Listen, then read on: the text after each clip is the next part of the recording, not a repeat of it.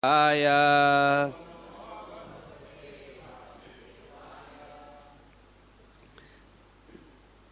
Drishtva Atape Vrajapashun Saha Ramagoper Sancharayantam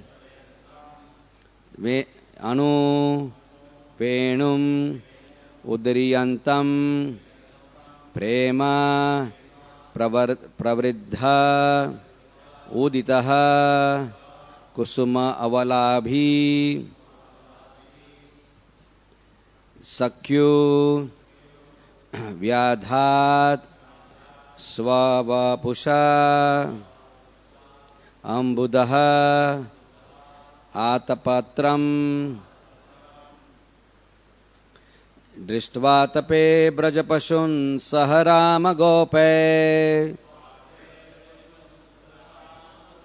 Sancharyantam anuvenum udariyantam Prema pravriddha udita kusuma avalibhi Sakyur vyadhat swavapusham buddha attapatram Drishtva tape vrajapashun saharama gope Sancharayantam anuvenum udariyantam Prema pravriddha uditaha kusuma avalabhi Sakyur vyadhat sva vapusham buddha atapatram Drishtva tape brajapashun saharama gope Sancharayantam anuvenum udariyantam Prema pravriddha udita kusamavalibi Sakyur vyadhat sva vapusam buddha atapatram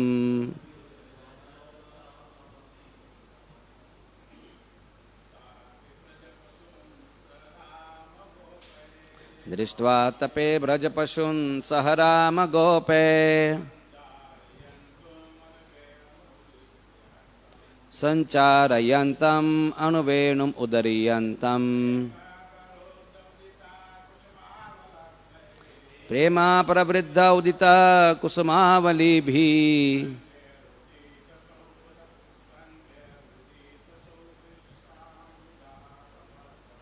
Sakyur vyadhat sva pashuma buddha atapatram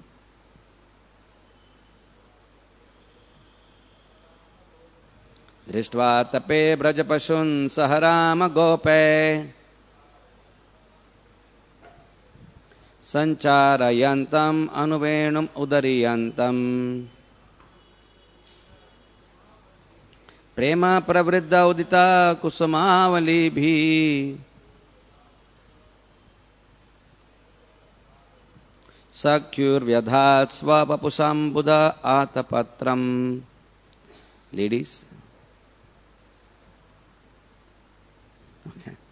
Drishtva, seeing Atape in the full heat of the sun. Vrajapashun, the domestic animals of Vraja. Saha, together with Rama Goper, Lord Balaram and the cowherd boys. Sancharayantam, herding together.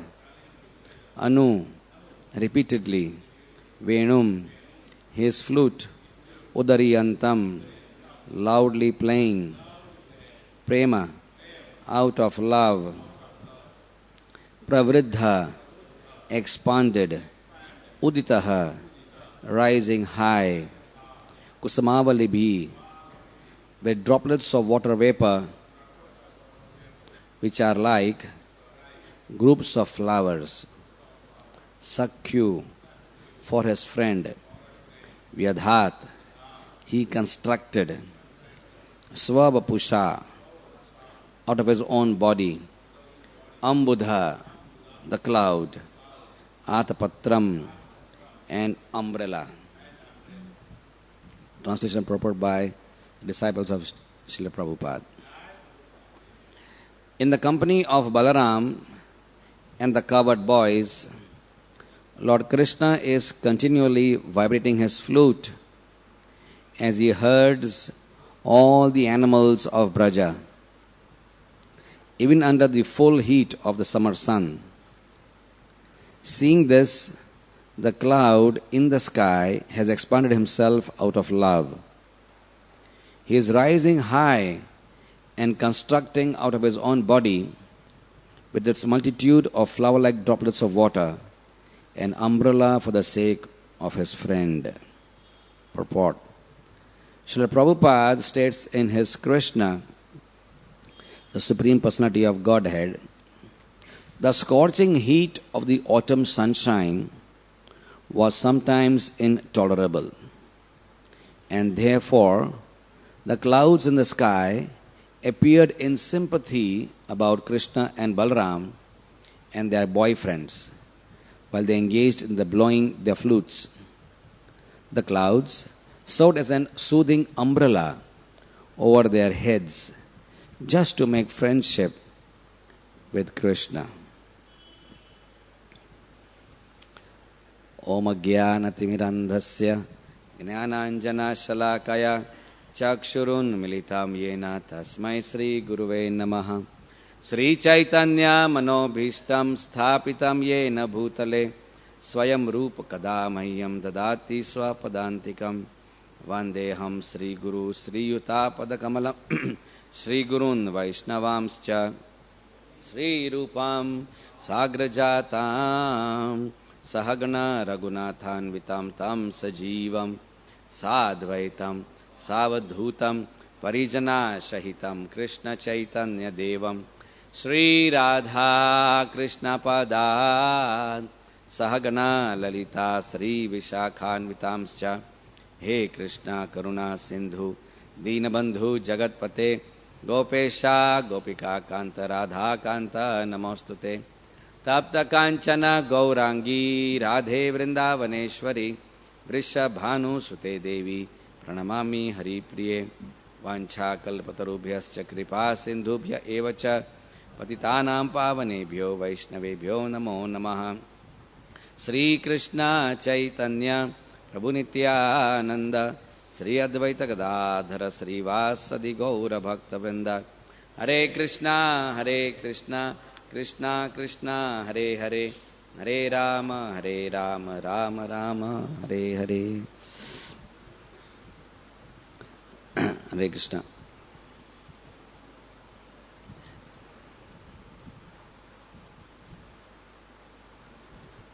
So we are blessed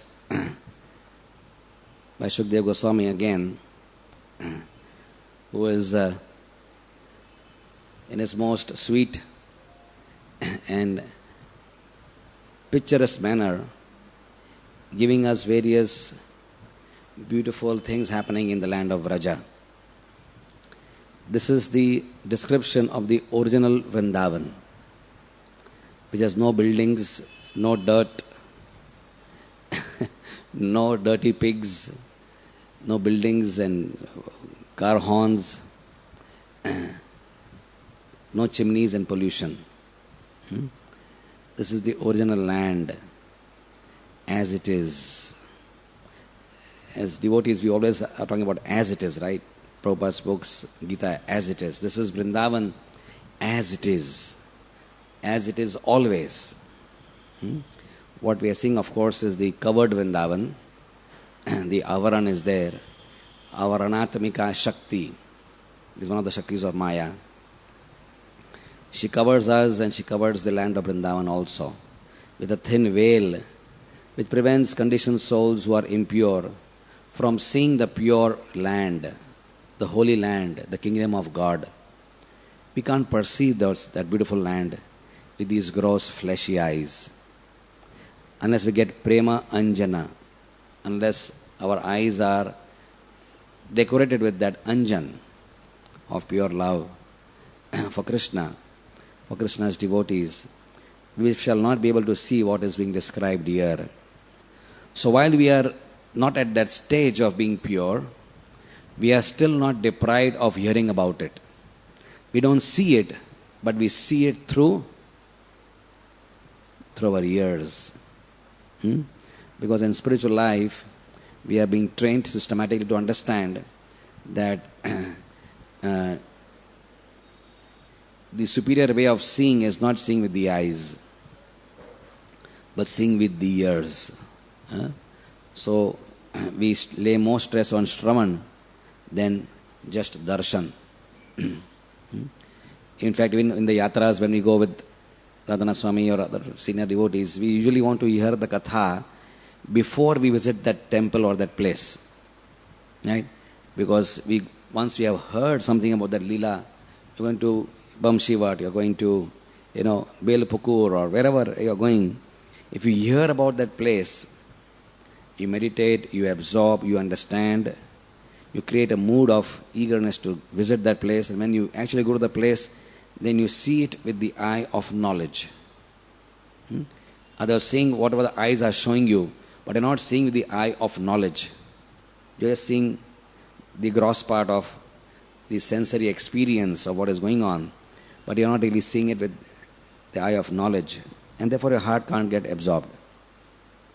So here we are blessed because we are able to see, not with our eyes again, as I said, we are able to see the land of Vrindavan with our ears.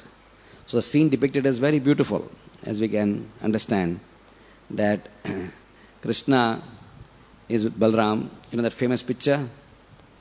I don't know if it's here, but that famous picture of Krishna and Balram, they're walking through with his cows, so many cows, domestic animals, right? They're going through the land of Braja. And Krishna, of course, his favorite pastime is playing the flute. And this time it is of the season which is being described is summer season. We just had a summer season 1 month back, and we know how it was so difficult. So even at Krishna's time, yes, there was hot season, right? But it was not sweltering hot to the point of exhaustion, because the inherent mechanism in Vrindavan is everything is being done for Krishna's pleasure. So even if there is some sun, which is like summer sun, there are other alternative mechanisms inbuilt in Vrindavan, whereby the devotees of Krishna and Krishna himself will not feel the heat. So therefore there is description here that how the clouds are cooperating. The clouds are conscious that this is the Lord. And the Lord is now moving in the hot sun. So the clouds move. The clouds move and they just go and sit in front of the sun. Like a huge umbrella. Right? In this way, they shade Krishna. So they are looking for some favor from Krishna. As he says here, the author, that the clouds are looking for some friendship. So when you offer some service, some good gesture, say, oh, please come. Open the car for somebody and say, oh, please come. So you are showing some gesture, please come in, or like that. So when you offering some seva in the form of covering the clouds, shading Krishna, then the clouds are sort of asking for a favor from Krishna. Maybe a glance, maybe a smile. Okay, Krishna should just look up into the clouds and say, thank you for that. Like that, So he's just looking for a glance, some sort of a response from Krishna, and then the clouds feel happy. So we are made conscious again here that the clouds are not just inanimate, gross objects filled with water vapor. In Vrindavan, as we are also made to understand that the land is Chintamani Dham, everything in Vrindavan is conscious. The cloud also is consciously moving deliberately in the direction to cover the sun. It is not just passively moving by the force of the wind here and there. It is not a passive movement like the clouds we see around here. But the clouds in Vrindavan also are conscious clouds, conscious land, conscious water, conscious mountains, conscious grass, everything is conscious. Not conscious, but in fact they are super conscious. They're just not conscious. They're super conscious. Why? Because the super conscious means they're always conscious of Krishna. That is super consciousness, Prabhupada says. Consciousness and super. We're also conscious. I'm conscious of my body, but I'm not conscious of Krishna. Right? So I'm just conscious of my existence. But super consciousness means you're really conscious of Krishna. That is, super consciousness equal to Krishna consciousness. So it is wonderful to note that the whole chapter here is talking about the flute only. The gopis glorify Krishna's flute. The whole chapter is talking about Krishna's flute only. Huh? How amazing, right? Therefore, Krishna has got so many names connected with the flute. Krishna's names are given by his devotees due to his various transcendental activities. So, Murlidhar, or Venu Vadak, or Murli Vadak, or Bamsidhar, Venu Dhari. These are all beautiful names of Krishna concerning his activities of playing the flute. So, this makes Krishna very attractive. Not attractive, it makes him all attractive. So, Krishna, the person that he is, the Supreme Person, he is called like that because he is all attractive, right? So, this is the inbuilt, inherent property of Krishna. That he is all attractive. So when he is playing his flute, then he is all attractive. Everything about Krishna is all attractive. And that's what we want to really focus on in today's discussion also, and also in our overall Krishna consciousness progress. That we are all looking for being attracted to something. That's when we look at ourselves, we understand that we conduct ourselves in this world. People go to the mall. They want to get attracted to something. For what? To buy. People go to see a movie. They want to get attracted to someone. Who? Some actor, some actress. They want to get attracted to some story. Some romance and some violence and some this and some that. People want to buy clothes. They want to get attracted to some color of the fabric. They get attracted to gardens because they want to get attracted by the beauty of the flowers. We are all looking for getting attracted to something and someone. That is our basic psychophysical nature. Right? That's how we do so many things. We get attracted to some car. I don't like the nano car. I like the Toyota. So, like that. So you're looking for getting attracted to some sort of a car. Right? So we all want to get attracted to something, someone. So here, the way the acharyas have presented Krishna is that if you want to get attracted to something or someone, everything you're looking for is there in Krishna. Because, Srila Prabhupada was talking when we were, doing our deity services today. Prabhupada was talking about how he was telling the Americans in one lecture that you Americans have got everything. It's a very strong example of Prabhupada. He said when Prabhupada went to America, now America may be not so great financially, economically, it is a little down now because of so much of, recession and inflation and all that. But when Prabhupada's time was there in 1970s, America was at the top. It was a superpower. Right? And then Americans had so much wealth. It was the wealthiest nation in the world. But then Prabhupada was arguing out very appropriately, then why are the Americans becoming confused? Why are they becoming disillusioned? Why are they becoming hippies? If America can provide cars and bungalows and technology and so much of comfort and good roads and such amount of immense comfort, life of all sorts of desirable things which money can buy, when everything is being provided to practically everyone and there is hardly any poverty there, no unemployment there, no beggars there, no dirt there, everything is there, then why are Americans not happy? It's a very important example to ask ourselves also. Why, when everything is being provided to the citizens of America, why are they still unhappy? Why is there so much still violence and rape and there is crime and so much social unrest? Why? Because they don't have Krishna. So they're not satisfied. No matter what you have in this world, you cannot be satisfied till you have Krishna. Right? So we are all looking for, actually, George Harrison, in this beautiful foreword which he wrote for Srila Prabhupada's book, Krishna book, the same book which is referred to in this Bhagavatam series again and again.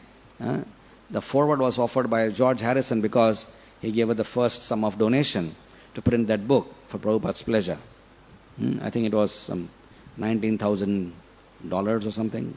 Yeah, he gave that as the initial amount to start the publication because Prabhupada had no money. So he writes the very first line in the foreword. He says, everyone is looking for love. And second line he says, everyone is looking for Krishna. This is this very famous musician's deep realization that everyone is looking for Krishna. How beautiful the realization. You think you're looking for, as I said, for a good partner, a good mate, a good cloth, a good car, or this, but actually you're looking for Krishna. Because Krishna is the embodiment of all attractive features. If you're looking for a beautiful person, it has to be Krishna, because there is no one more beautiful than him. And even if somebody you find is beautiful to your eyes, it is not a lasting beauty. And therefore so much of apparent progress of the cosmetic industry, because a desperate attempt by the cosmetic industry to help people to somehow keep that so-called beauty going on. With this surgery and that surgery and facelift and that lift and this lift and Botox injections for the wrinkles and so many things they keep on doing, and so many types of cosmetic to apply of different herbal and peach and kakadi and what they keep on using all sorts of mango pulp they apply, and chandan and chane ka atta and anything, whatever works to keep me going. For these wrinkles are coming, and some sort of thing on the head to make it look black, desperately looking black, and then people get allergies and all sorts of things. A desperate attempt to save this dwindling so-called beauty, which is not even there, not meant to be there for a long time at all, except for a few years of flashy years of so-called youth, and just vanishes into nothingness. But Krishna's beauty never dwindles. He's always beautiful. So Krishna is having all attractive features. So the acharyas have gone into the great detail about talking about his eyes. Now we like beautiful eyes, don't we? Right? Look, somebody says, wow, look at those eyes. Beautiful eyes. But who has more beautiful eyes than Krishna? Right? The story is there of Dhanordhar. You know all the story of Ramanujacharya's life. The great Lord is going in his palanquin. Sranganath Swami is going in his palanquin, giving his Padayatra darshan to everybody in Sri Rangam. And this very attracted man is there who is attracted to his girlfriend, whom he felt was having beautiful eyes. And maybe she had beautiful eyes. Maybe if all of us looked at that girl, you would also feel like, wow, this is good eyes, So she had good eyes, obviously, because he was a madman. He was intelligent. He could see that this girl has got beauty, and that beauty towards the girl made him attracted to serve her. So then, he was carrying an umbrella for her. Because again, it was hot sun, so there's no clouds for that girl to shade her beauty. But this man was, attracted to her beauty, and she was carrying umbrella wherever the girl was going, because she should not, her eyes and, her skin should not get affected by the sun. And Ramacharya was looking and said, wow, everyone looking at the umbrella, at the parade, and everyone was singing songs, and gongs are there, and everything is, all the holy mantras are there, and everyone is looking at the parade of the Lord, and this man is looking only at the girl and doing like this. Ramacharya was, in one sense, surprised, also maybe perturbed, maybe also amused. I don't know what he felt. He said, oh, look at this fellow, Look, everyone looking at the Lord, and he's looking at this girl. He's so enamored, so attracted. And the natural response of a devotee, of pure devotee, is one of compassion. So I think I would like to show him what is real beauty. He said that, and he went to his ashram and said, go and call this man, I would like to meet him. So Ramacharya has called you. So he went and said, why were you shading this girl like this? He said, oh, she has such beautiful eyes, and I just couldn't draw my eyes off her eyes. He said, do you want to see real beauty? can I take you somewhere? I said, oh yeah. Will you give up this girl if I show beauty even more glaring and more intoxicating than this? He said, of course. So Ramacharya took him with his own hands and took him to the temple right inside through the 7 gates of Sri Ranganath Mandir. And he made them stand there in front of Ranganath Swami. And just like Krishna gave Divya Drishti to Arjun to see what the eyes cannot see, universal form, Virat Swarupa, cannot see. He said, I'm giving you Divya eyes, and you see this, my divine form as Virat Swarupa. So also Ramacharya blessed him with divine eyes. He said, see. Then he saw Ranganath Swami. Wow. He was absolutely flabbergasted by that beauty. The Lord, beautiful eyes. This is Mahavishnu with the Seshashaya as Ananta Shesha. One of the Lord's name is Ananta Shayanam. The Lord is lying on Shayana on Ananta with his heads of, I think, 5 or 6 hoods of Ananta Shesha there, and then he's on this coils of the snake. And this ancient deity of the Lord, worshipped by Lord Brahma since antiquity, he was there with his hands resting on his thighs. Beautiful form, golden features, everywhere there's gold. But more than the gold was the eyes. Look at the eyes, and said, this is beautiful. He dropped the idea of going back to the girl. Immediately, because he had seen Krishna's eyes now. So what more is there to be seen? When you see Krishna, yam labdva chaparam labham manite nadikam tataha. When you see Krishna, then there is nothing more beautiful to be seen. When you get Krishna, there is nothing more beautiful, no important thing to be had. When you experience Krishna in some minuscule manner also, everything of this world becomes pale. It just becomes pale. Just drops down and its apparent beauty. The illusion is broken. The illusion of the so-called beauty of the world is broken, and everything becomes faded out becomes pale in front of Krishna. So Krishna's eyes are like that. And then his beautiful feet are described, lotus-like feet. Armacharya, there was a competition once where they were asked to glorify impromptu, like you have various debates and you have impromptu, just, compose something. Like Lord Chaitanya told our, who's that? Digvijay Pandit, Keshav Kashmiri, why don't you compose some nice glorification on Ganga? And boom, he just began.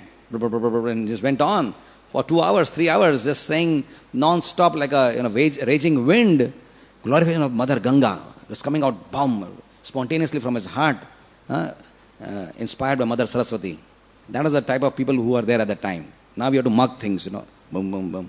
Even if you cannot, there's nothing comes out spontaneously. You go to exam, 10th standard, 12th standard, even if you write something, to mug, and then you can write.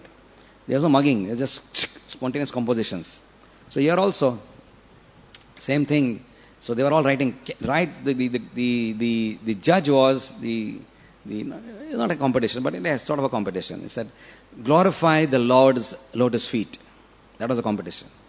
So everyone, all the people who are gathered there, the Brahmins, the scholars, the devotees, the philosophers, everyone was composing various verses immediately on the glory of his lotus feet. They would look at Ranganath Swami's feet and compose immediately. Zup, zup, zup, zup, zup, zup.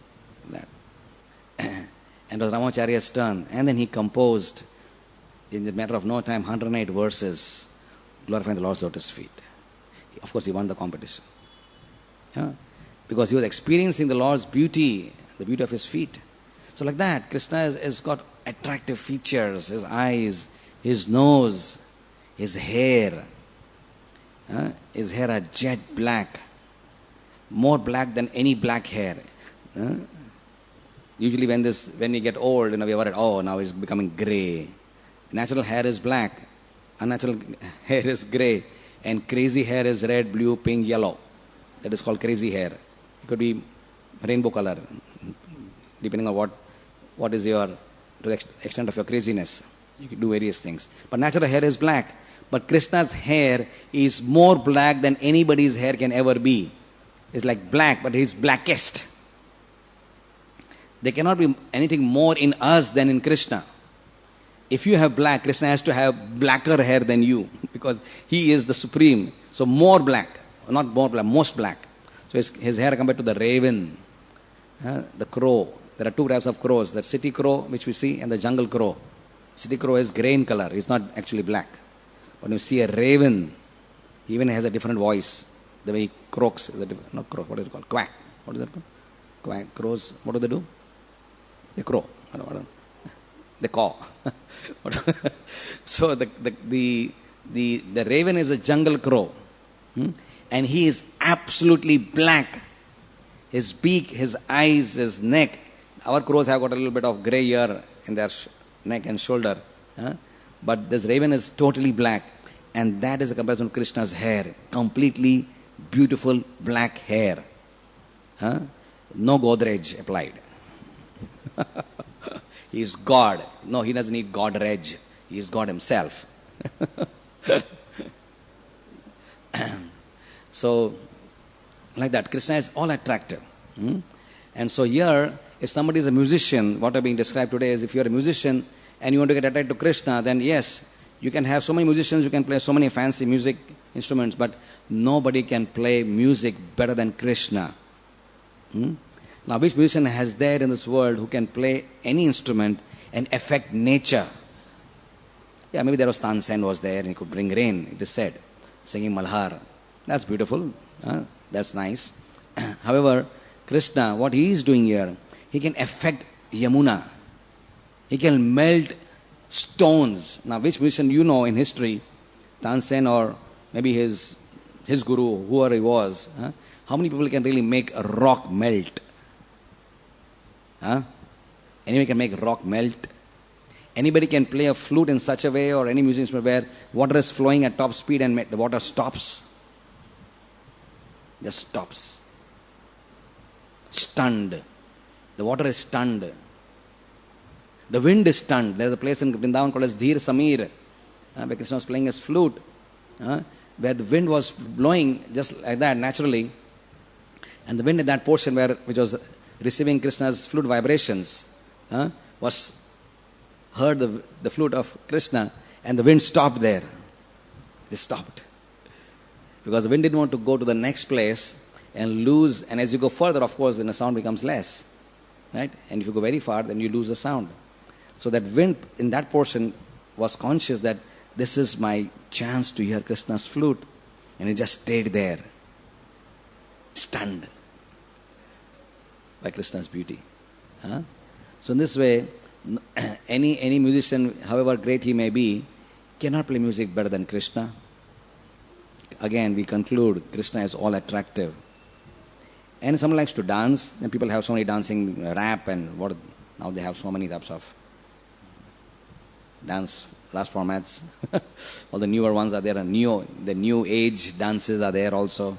The traditional ones are Kathak and Kathakali and Bharatnatyam, they're all there, Odisha and Kuchipudi and Manipuri. These are the traditional Indian Vedic dances, and now you have all sorts of crazy dances, right? But even if you like dance, whatever format of dance you want, but can you ever dance better than Krishna?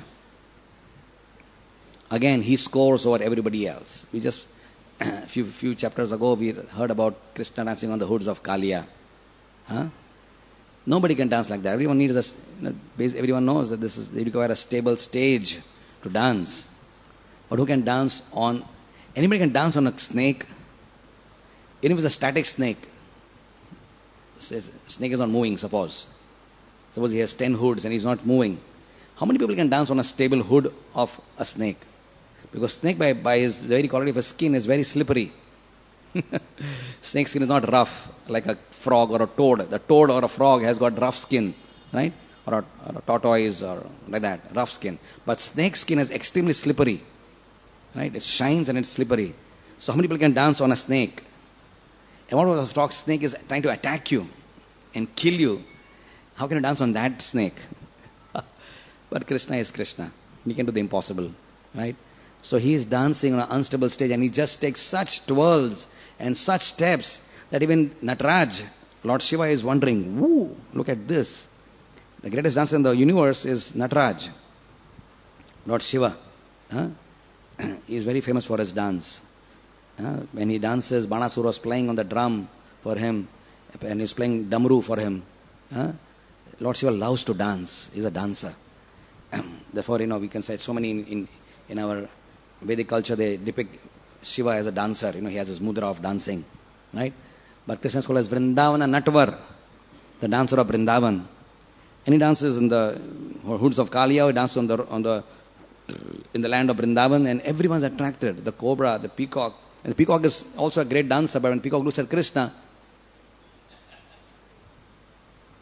the peacock cannot dance because, mesmerized.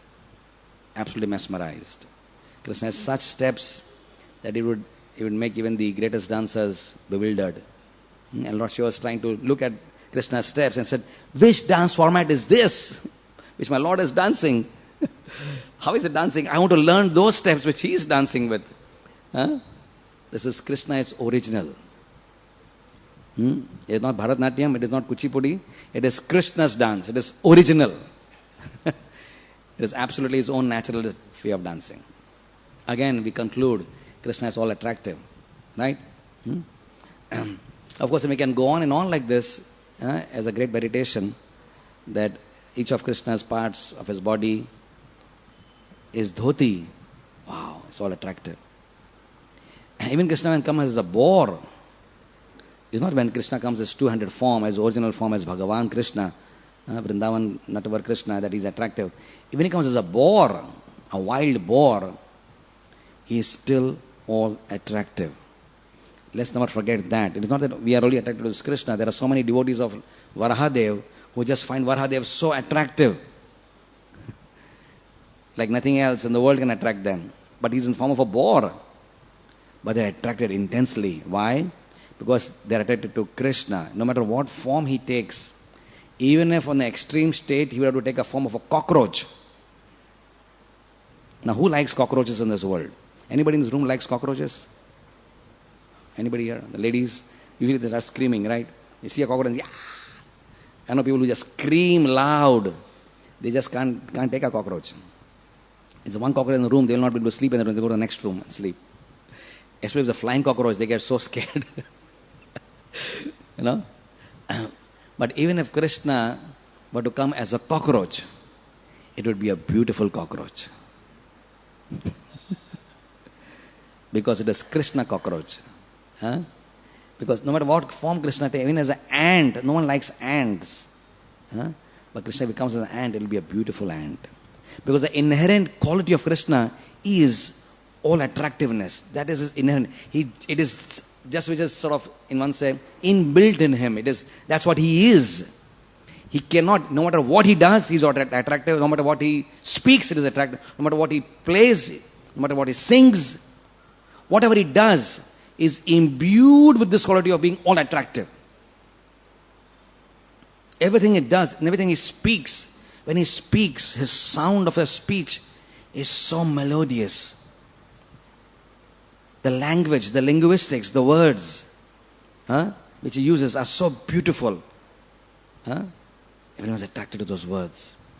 Nanda Maharaj is doing his yagya and he wants to do Indra Puja, this traditional thing which his ancestors did and his ancestors did and his ancestors did. Every Braja did that for millions of years maybe.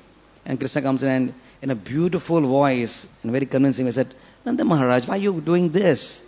Ultimately, we don't depend on Indra because Indra is, he may be doing a lot of good things for this world, but he wastes his rain on the ocean also and he gives rains to the mountains also, but they don't need it. Right? So it's not really Indra, because Indra just gives you what karma creates.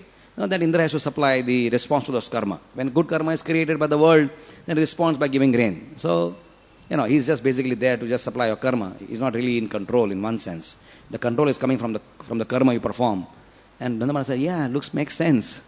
So Krishna was speaking karma mimamsa philosophy, which is not the highest philosophy, but he could convince Nanda Maharaj. So beautiful his speech was.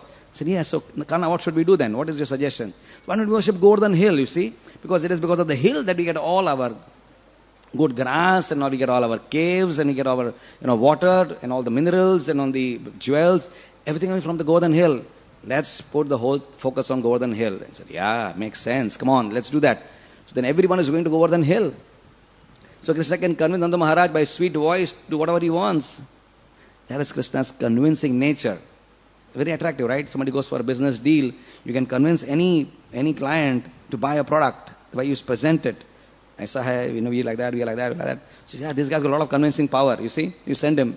They can be good marketing managers, They can negotiate and get orders from anywhere. So Krishna can negotiate and can convince anybody of anything. Like that. So Krishna is always, in everything he does, is always all attractive. And of course, we like to conclude by saying that yes, Krishna's features are all attractive. And the most attractive part of Krishna's all attractive feature is his beautiful relationship with his devotees. That is probably the most attractive thing for all sadhakas to meditate upon. When he performs his pastimes with his devotees, that is superbly attractive. Imagine his relationship with the Pandavas, for example. When he plays the role of a friend, what kind of a friend he becomes. Now, we also have friends here in this world. All of us have, everyone here in the room has some friends, maybe 2 or 3 or 4, maybe more. But when Krishna participates in a friendship, in a relationship of friendship, what kind of friend he becomes? Now, he'll become your chauffeur for you. Now, which friend of ours will become the chauffeur?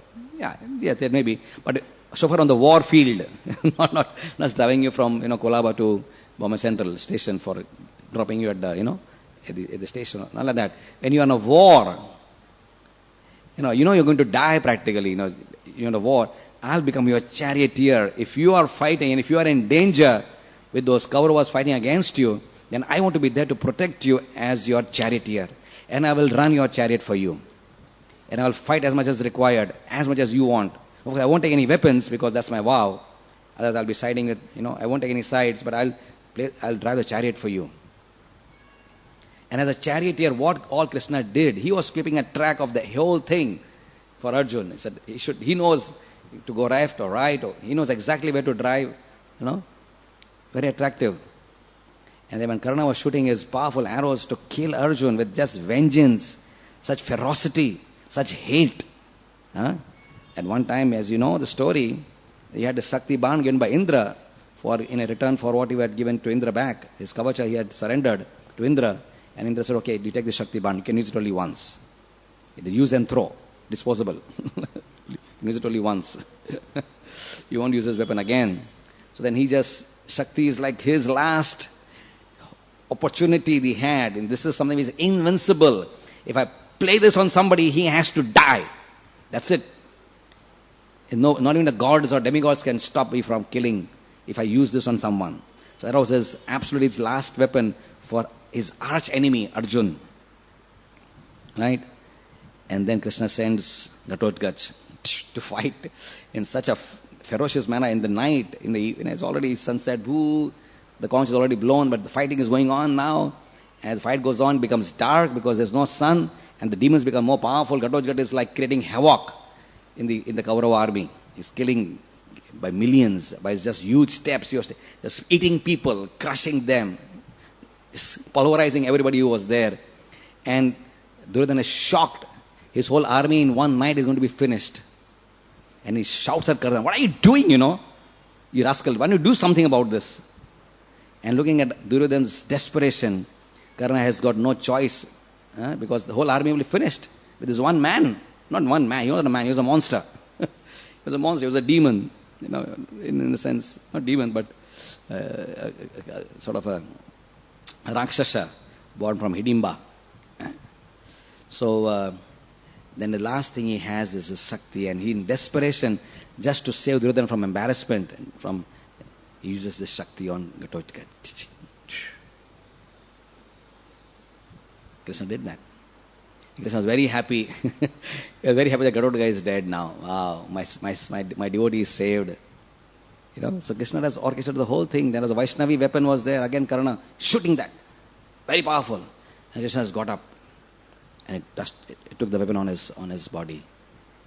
Now which friend will be willing to die and take weapons on his body for somebody else? Krishna is taking so many weapons on his body. Because when you fight, you have to kill the person who's fighting, but it is easier to kill him if you first kill his charioteer. Right? But his power is his chariot. He can run, he can escape, he can fight, he can hide, he can do so many things by his fast movements of the chariot. But you kill the horses and kill the charioteer, the guy is paralyzed. Because he has nowhere to go. His machinery is gone. Then he has to stand in one place. When you stand, you can be a good fixed target to shoot and kill. But Krishna was just racing here and there. He couldn't be killed by anybody. Right? So this is the type of relationship Krishna has had with the Pandavas. And we can go on narrating so many, we all can talk about this, right? His relationship with his devotees is so beautiful. Right? He's called as Partha Sakhe, because of his all attractive friendship with Arjun. So in this way we realize, that all our requirements, physical requirements, especially emotional requirements, spiritual needs which we have, all can be fulfilled when we hear about Krishna. When we eat prasadam, good prasadam, then our need for good food is satisfied. When we dress Krishna nicely, make him look beautiful like he is looking today, Gaurnitai, Radha Gopinath, Gopalji looking beautiful, right? When you see those beautiful features, I don't mind all these young people here. You don't mind wearing white clothes, which look so bland, non-attractive, white. Huh? They're not bothered about that, because they're so happy seeing Krishna, who's looking so beautiful. So bothered about seeing Krishna more attractive than seeing ourselves more attractive.